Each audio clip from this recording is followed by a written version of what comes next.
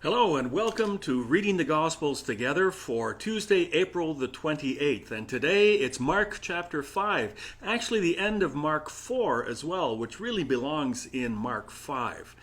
Don't let this worry you. The chapters and verses which are so helpful in our Bibles were not part of the original text, but they were added much later. Chapters were added in the 1200s and verses in the 1500s. Sometimes these arbitrary divisions split apart sections which really belong together, such as those today. And it's obvious when you look at it. Mark 4 is a collection of parables. Mark 5 is a collection of miracles. But both the parables and the miracles also share common themes. The parables in chapter 4 are mostly about how the kingdom of God spreads, like a good crop, like light from a lamp, like a generous measure, like sprouting seeds, like wild mustard plants. The miracle collection also shares a common theme. Each one of those miracles in Mark 5 tells us of the mastery of Jesus over the basic elements which make up our world and our lives. Now, Jesus calming the storm demonstrates Jesus' authority over nature, prompting the disciples to ask, "Who is this? Even the wind and the waves obey him." And this question, who is this, is going to be answered by the miracles to come. The restoration of the man with the legion of demons in Mark 5, these demons identify Jesus as Son of the Most High God, shows both Jesus as having complete authority over the spiritual realm, a whole legion of demons put to flight, and also that his power extends beyond the Jewish and into the Gentile realm, the realm of the pig keepers in the Gentile pagan Decapolis area. The healing of the woman with the issue of blood, 12 years she suffered and beyond the help of any doctor, powerfully shows Jesus' authority over the physical realm. And unlike other healers, there's no big production with this healing. There's no demand for payment. Jesus isn't even aware of the woman until, interestingly, he realized that power had gone out from him. Jesus isn't just a channel for power, he's a source of power.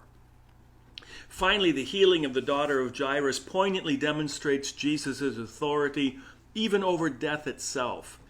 We remember the raising of Lazarus, but we often forget this one, as well as the raising of a widow's son from the dead.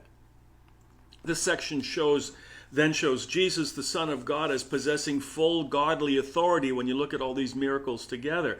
He's got authority over nature, over the spiritual realm, the physical realm, even death.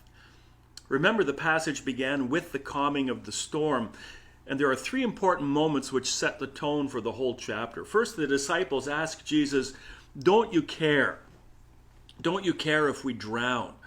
This and the other miracles, all featuring Jesus' compassion, demonstrate powerfully that Jesus does indeed care.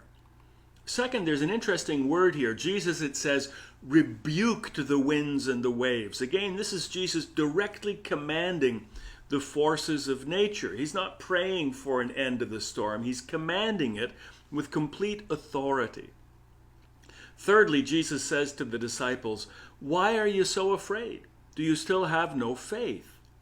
If Jesus truly has the power to enact the miracles over all things that we see in this chapter, why are we afraid? Now, fear and desperation are at the core of each of these four stories over which Jesus is triumphant. First, the disciples fear drowning. Second, there's the fear of the people of the demoniac man and the demoniac's own sad desperation, crying and cutting himself with stones. Third, the bleeding woman, so desperate that she longs even just to touch Jesus' cloak. And finally, Jairus, whose daughter lays dying. This synagogue ruler falls at Jesus' feet. And the words of Jesus, a theme for this whole chapter, responding to each of those desperate situations. Don't be afraid. These miracles answered the disciples' question, who is this? Well, it's none other than the Son of God, who cares for us all. Now, I want to close by looking for those little eyewitness moments which bring us right to the feet of Peter as he tells these stories which bring us right into the presence of Jesus. In the storm miracle, Peter remembers that not only was Jesus asleep, but it was in the stern with his head on a pillow. In the story of the demon-possessed man, Peter remembers seeing that the poor man had cut himself with stones. When the man, now healed, begs to go with Jesus, Jesus tells him to go home to your own people, to your family. Tell them how much the Lord has done for you. An important example for us all.